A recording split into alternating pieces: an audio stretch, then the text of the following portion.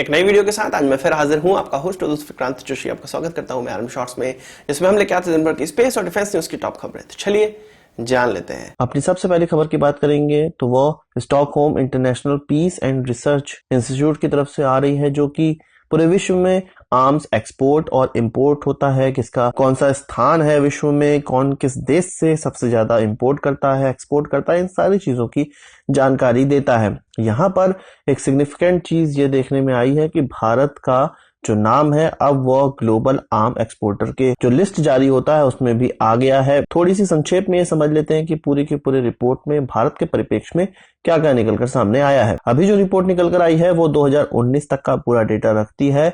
इस रिपोर्ट में यह कहा गया है कि 2015 से लेके 2019 तक जो इंपोर्ट में ड्रॉप आया है वो लगभग 32% का आया है, और ये केवल इस कारण से हो रहा है कि मेक इन इंडिया इनिशिएटिव के तहत ऐसे बहुत से सामान है जो कि विश्व में बनते हैं उसको भारत में बनाना स्टार्ट कर दिया गया है, पर फिर भी भारत वेपन इंपोर्टर के नाम पर दूसरे स्थान पर है और पहले स्थान पे सऊदी अरेबिया अभी भी बना हुआ है। भारत में डिफेंस इक्विपमेंट सबसे ज्यादा जो इंपोर्ट होते हैं वो रशिया से होते हैं, जो कि 56% है, पर हमने ये देखा है कि यूएस से काफी इंपोर्ट अभी हो रहे हैं, पर फिर भी इन 5 सालों में यूएस का टॉप 3 में स्थान नहीं आ सका है। इसमें टॉप 3 में स्थान की बात करें तो रशिया पहले स्थान पर, इजराइल 14% के साथ दूसरे स्थान पर, फ्रांस तीसरे स्थान पे है 12% के साथ, और उसके बाद यूएस आता है। पर जो प्रोजेक्शन है, जो अनुमान लगाए जा रहे हैं, रशिया का परसेंटेज और कम होता चला जाएगा आने वाले दिनों में। इंपोर्ट तो ड्रॉप हो ही रहा है, पर यूएस हमें और ज्यादा उभर कर सामने देखने को मिलेगा, क्योंकि अपाचे, चीनू, ये बहुत से हेलीकॉप्टर्स हम खरीद रहे हैं, रोमियो हेलीकॉप्टर भी खरीद रहे हैं। तो यहाँ पर हमें देखने को मिलेगा कि अमेरिका पहले या दूसरे स्थान पर आ जाएगा, पर रशिया अभी कहीं दूर नहीं जाएगा। रशिया भी पहले या दूसरे स्थान, इन दोनों के बीच में लड़ाई हो सकती है। जैसा कि मैंने आपको बताया कि इंपोर्ट में 32% का ड्रॉप हुआ है, पर वही बात करें एक्सपोर्ट का तो हमारा जो एक्सपोर्ट है वो ग्लोबल आर्म्स मार्केट का 0.2% हो चुका है, यानी कि इतना एक्सपोर्ट हम करते हैं विश्व के आर्म्स जगत में। इसमें जो हमारा सबसे बड़ा कस्टमर है, जो सबसे ज्यादा परसेंटेज रखता है, वो म्यांमार है, जिसको हम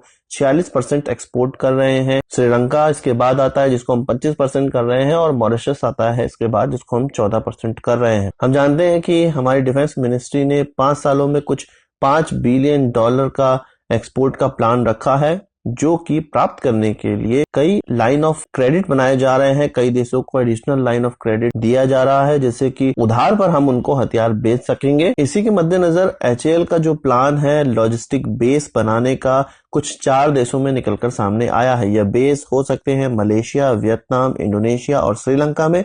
इनका जो महत्वपूर्ण काम है वो यह होने वाला है कि इन सभी देशों में अपने बेस के सहायता से, इन सभी देशों में जो रशियन ओरिजिन के डिफेंस इक्विपमेंट इस्तेमाल किए जाते हैं उनकी ओवरऑलिंग में बहुत ज्यादा प्रॉब्लम आती है। हम जानते हैं कि जो हमारे रशियन इक्विपमेंट है उनमें सेल्स आफ्टर सर्विस बहुत बेकार है, तो इन्हीं बेकार सेल्स आफ्टर सर्विस का सामना इन देशों को भी करना पड़ता है। भारत यहाँ पर सामने निकल कर आया है कि जो हम बेस बनाएंगे उस बेस में अपना जो बनाया हुआ डिफेंस का माल है वो वहां पहुंचाकर इन देशों को सेल्स आफ्टर सर्विसेज देने का प्रयास करेंगे।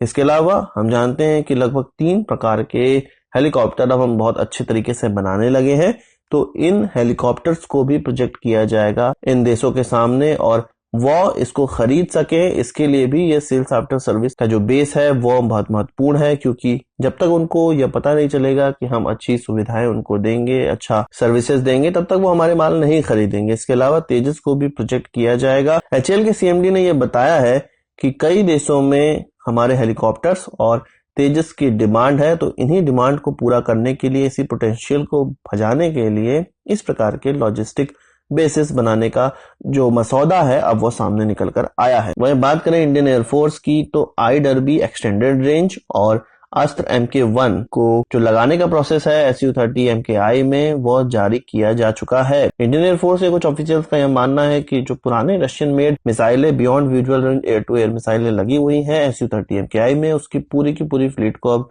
चेंज किया जाएगा और अपने अस्त्र MK1 और डर्बी मिसाइलों से उसको लैश किया जाएगा। इसके अलावा राफेल के साथ हमारे मेटेओर मिसाइल्स आने वाले हैं, जो कि हमें पाकिस्तान के ऊपर एक एज देने वाले हैं। हम जानते हैं कि बालाकोट स्ट्राइक के बाद जो डॉग फाइट हुई थी उसमें सबसे बड़ी कमी जो निकलकर सामने आई थी वो beyond visual range air to air मिसाइलों की ही निकलकर आई थी। हमारे पास एयरक्राफ्ट अच्छे थे, हमारे पास सारी चीजें, सारे तैयारियां अच्छी थी, पर हमारा जो beyond visual range air to air missile है उसका परफॉर्मेंस अच्छा नहीं था या उनकी मारक क्षमता कम थी। और यह सब इसीलिए हो पाया क्योंकि पाकिस्तान को एक एज प्राप्त था एमरैम्स मिसाइलों के कारण, जो उनको अमेरिका ने 2010 में दी थी। कुछ ऑफिशियल्स का यह मानना है 1999 में कारगिल वॉर में हमारे पास एयरफोर्स का एज था पाकिस्तान पे, इसलिए ही हमें ज्यादा मदद हो पाई उस वॉर को जीतने में। पर 2010 के बाद जब एमरैम्स पाकिस्तान के पास आ गई तो beyond visual range air to air missile में एक एज पाकिस्तान को जरूर प्राप्त हो गया। तो इसी बढ़त को घटाने के लिए अब हम लोग अस्त्र मिसाइलों को इंडक्ट कर रहे हैं और डर्बी मिसाइलों को इंडक्ट कर रहे हैं। आपको पता है कि इंडियन एयरफोर्स कई दिनों से इन अस्त्र मिसाइलों को ट्रायल कर रही है और एक लगभग 50 से 100 मिसाइलों की खेप इस्तेमाल भी कर रही थी। और अब जाके ये डिसाइड उन्होंने कर लिया है कि रशियन मूल के मिसाइलों को, beyond visual range air to air मिसाइलों को वो हटाएंगे और डर्बी और MK1 अस्त्र MK1 को इस्तेमाल करना स्टार्ट कर दिया जाएगा। अस्त्र MK1 की आप मारक क्षमता जानते हैं 100 किलोमीटर से ज्यादा है, वहीं डर्बी की अगर बात की जाए तो लगभग 60 से 70 किलोमीटर से ज्यादा मानी जाती है। इसरो के कामकाज को लेकर एक पार्लियामेंट्री कमेटी बनाई गई थी जिसमें कि उसके प्रोजेक्ट की क्या स्थिति है या इसरो द्वारा जो पुराने काम किए गए हैं उनकी क्या स्थिति है, इन सब चीजों की जानकारी ली गई। इसमें इसरो के भी कंसर्न सामने आए और इसरो में क्या कमियां हैं वो भी चीज निकलकर सामने आई। कमियां एक दिन मैंने आपको बताया था कि इलेक्ट्रॉनिक्स हमारा देश और इसरो नहीं बना पाती है, जो हमारे सैटेलाइट या रॉकेट्स हैं उनके लिए, और उसको अब बनाने का प्रयास किया जाएगा। वहीं जो सरकार की तरफ से कमियां निकल कर आई हैं वो गगनयान प्रोजेक्ट को लेकर आई है। इसरो का यह कहना है कि जो बजटरी डिमांड इस साल के जो बजट में 2020 से लेकर 21 में जो बजटरी डिमांड रखी गई थी जो 4256 करोड़ रुपए की थी, उसका लगभग 30% ही अभी तक प्राप्त हो पाया है, जो कि लगभग 1200 करोड़ रुपए है। और सरकार गगनयान प्रोजेक्ट की जो बजटरी एलोकेशन है उसकी तरफ ज्यादा सीरियस नहीं है। जब उनसे 4200 करोड़ रुपए मांगे गए हैं तो 1200 करोड़ रुपए पास करने का कोई मतलब नहीं बनता है, और यदि इस प्रोजेक्ट को सुचारू रूप से चलाना है तो 3000 करोड़ रुपए जो बचे हुए हैं उसको जल्द से जल्द रिलीज करना पड़ेगा भारत सरकार की तरफ से। हम जानते हैं कि हमारा गगनयान एक प्रेस्टिजियस प्रोजेक्ट है हमारे देश का, जिसको कंप्लीट करने की जो अवधि है वो 2022 तक रखी गई है, और इसको प्राप्त करने के लिए पैसे सबसे महत्वपूर्ण चीज है जो कि इसरो के पास जरूर और भरपूर मात्रा में होने चाहिए। इसके अलावा भुवन मैप की भी बात की गई। हम जानते हैं कि अक्सर हम गूगल मैप का इस्तेमाल करते हैं और हम में से बहुत कम लोग ये जानते हैं कि इसरो द्वारा एक भुवन मैप भी डेवलप किया गया है जो कि बहुत सी चीजों को भारत से रिलेटेड सामने रखता है। कुछ 10 साल पहले यह मैप रिलीज हुआ था और अभी तक हम इसका इस्तेमाल इतना ज्यादा नहीं करते जितना कि गूगल मैप का करते हैं। इसका सबसे बड़ा कारण यह है कि कई एप्लीकेशंस में गूगल मैप ऑटोमेटिक हमें मिलता है, इसलिए उसका इस्तेमाल किया जाता है। सरकार ने इस भुवन मैप को इस्तेमाल करने और इसका उपयोग ज्यादा बढ़ाने के लिए अब यह निर्णय लिया है कि इस प्रकार के अलग अलग ऐप में इसका इस्तेमाल करे, चाहे वो केंद्र सरकार हो या राज्य सरकार हो, और इस मैप का उपयोगिता बढ़ाए जिससे कि इसमें जो अलग अलग चीजें, जो इम्पोर्टेंट चीजें भारत के बारे में दी गई है उसकी जानकारी हमें प्राप्त हो सके और गूगल मैप का इस्तेमाल कम हो सके। वहीं हमने देखा है कि रेलवे में ऑलरेडी भुवन मैप का इस्तेमाल किया जा रहा है।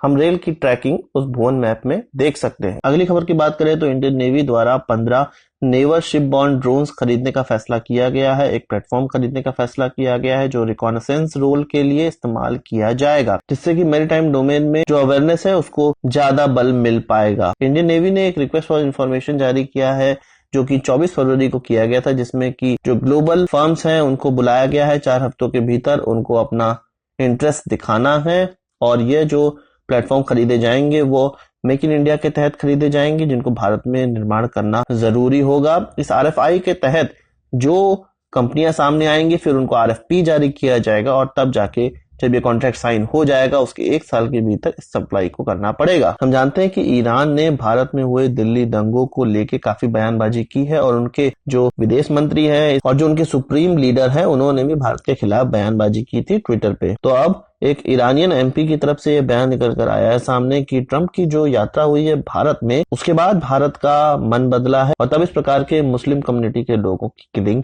हो रही है भारत के अंदर। तो यह साफ साफ ईरान की मेंटेलिटी को दर्शाता है कि जो अमेरिका की तरफ हमारी क्लोजनेस बढ़ी है, ईरान से हमने ऑयल इंपोर्ट बंद कर दिया है, उसके कारण इस प्रकार की बयानबाजी आ रही है।